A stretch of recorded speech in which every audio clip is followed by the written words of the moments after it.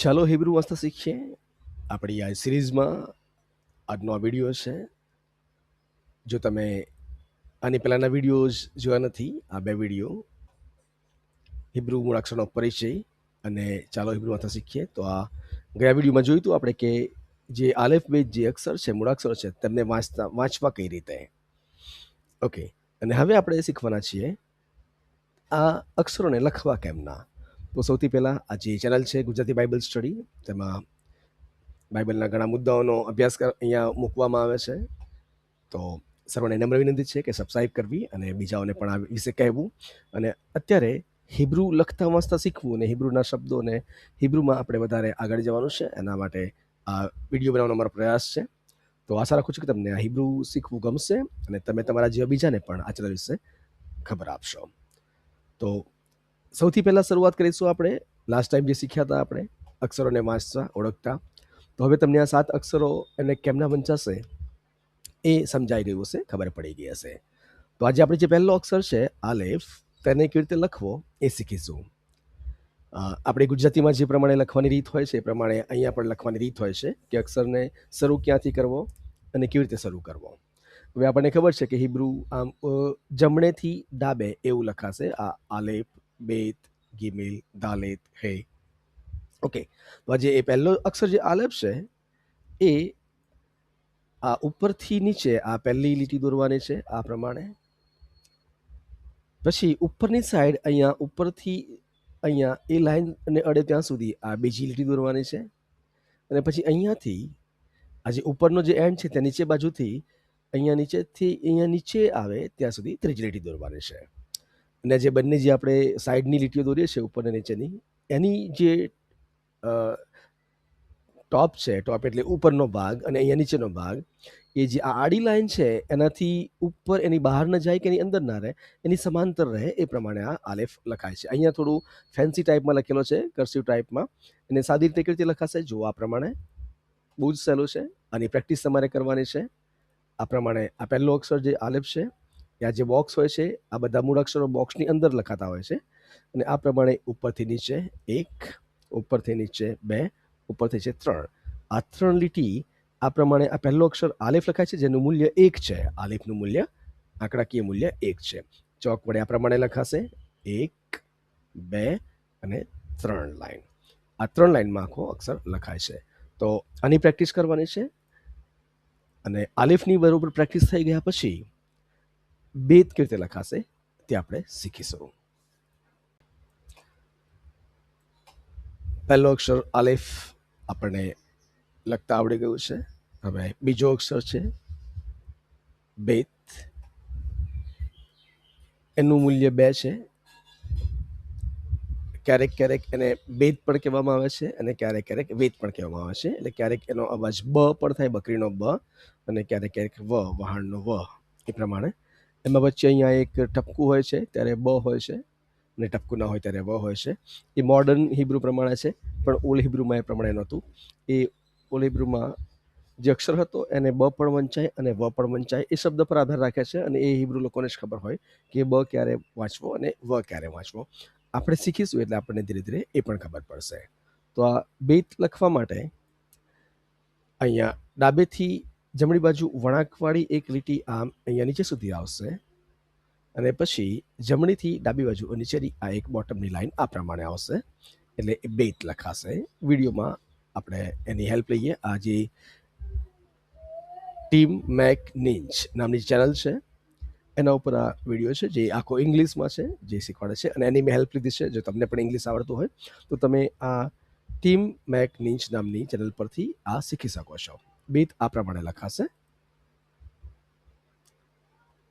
બોક્સમાં ઉપરથી વળાંકવાળી લીટી નીચે અને નીચેથી જમણેથી ડાબી બાજુ લીટી. યાદ રહે, જમણેથી ડાબી બાજુ. અને આ થોડો ખૂણો બહાર રહેશે કે જે એને બીજા અક્ષરથી જુદો પાડશે. બીજો પણ આવો અક્ષર આવશે કે જે આવો જ દેખાતો હશે, પણ આ જે ખૂણો છે એ બંનેમાં ફરક પાડશે કે આને બેત કહેવાય અને આને વેત કહેવાય. એટલે ક્યારેક બેત કહેવાય છે તો ક્યારેક વેત કહેવાય છે.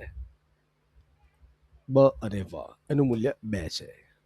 ઓકે, જે હિબ્રુના જે મૂળાક્ષરો છે આપણે લાસ્ટ ટાઈમ શીખ્યા હતા એમાં જે પહેલા 1 થી 9 આવે, આ 1 2 3 4 5 6 7 8 9, એટલે એમાં એનું મૂલ્ય 1 થી 9 છે, પહેલા 9નું. બાકીના જે 9 આવે એનું મૂલ્ય 10 થી 90, એટલે 10 20 30 40 50 60 70 80 અને 90 એ પ્રમાણે આવે. અને બાકીના જે વધ્યા છેલ્લે 4 એનું 100 200 300 400 એ પ્રમાણે મૂલ્ય છે. એટલે ટોટલ 22 મૂળાક્ષરોનું એ પ્રમાણે 1 થી 9, 10 થી 90 અને 100 200 300 400 એમ 22 મૂળાક્ષરો છે.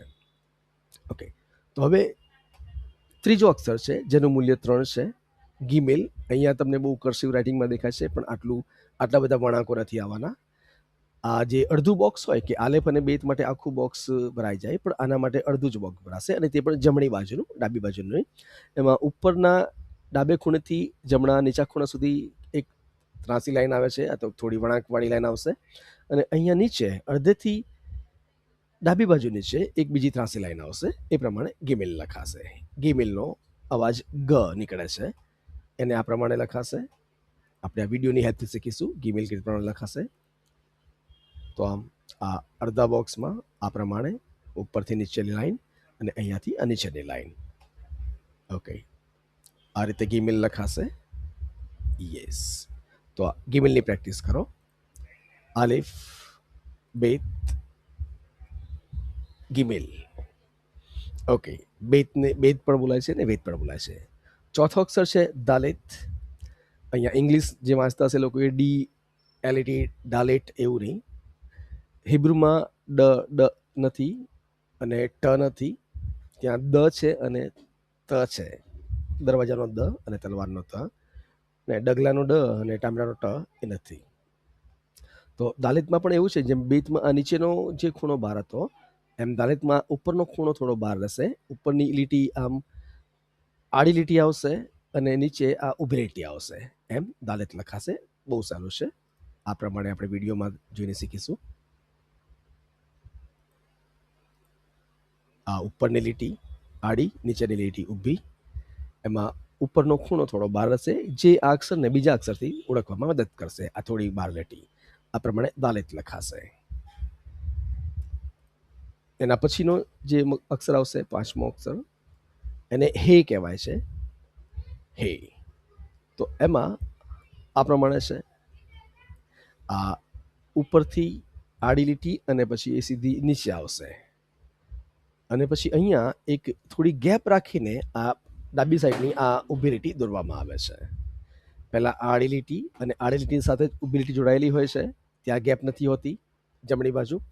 પણ આ ડાબી બાજુ ગેપ રાખ્યા પછી ઊભી લીટી દોરવામાં આવે છે, અને હે કહેવામાં આવે છે. એનો સાઉન્ડ હ હોય છે, અને એ પાંચમો અક્ષર છે, એનું મૂલ્ય 5 છે. નંબર 5 પર આવે છે, એનું મૂલ્ય 5 છે. તો વિડીયોમાં આ પ્રમાણે આપણે શીખીશું એને લખતા.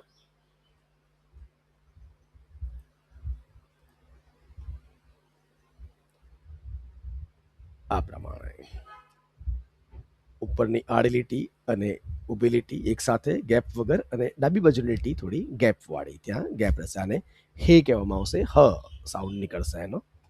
ઓકે, તો પહેલા 5 અક્ષરો આપણે કેવી રીતે લખાશે તે શીખ્યા. આલેફ, બેત અને વેત, ગિમેલ, દાલેત, હે.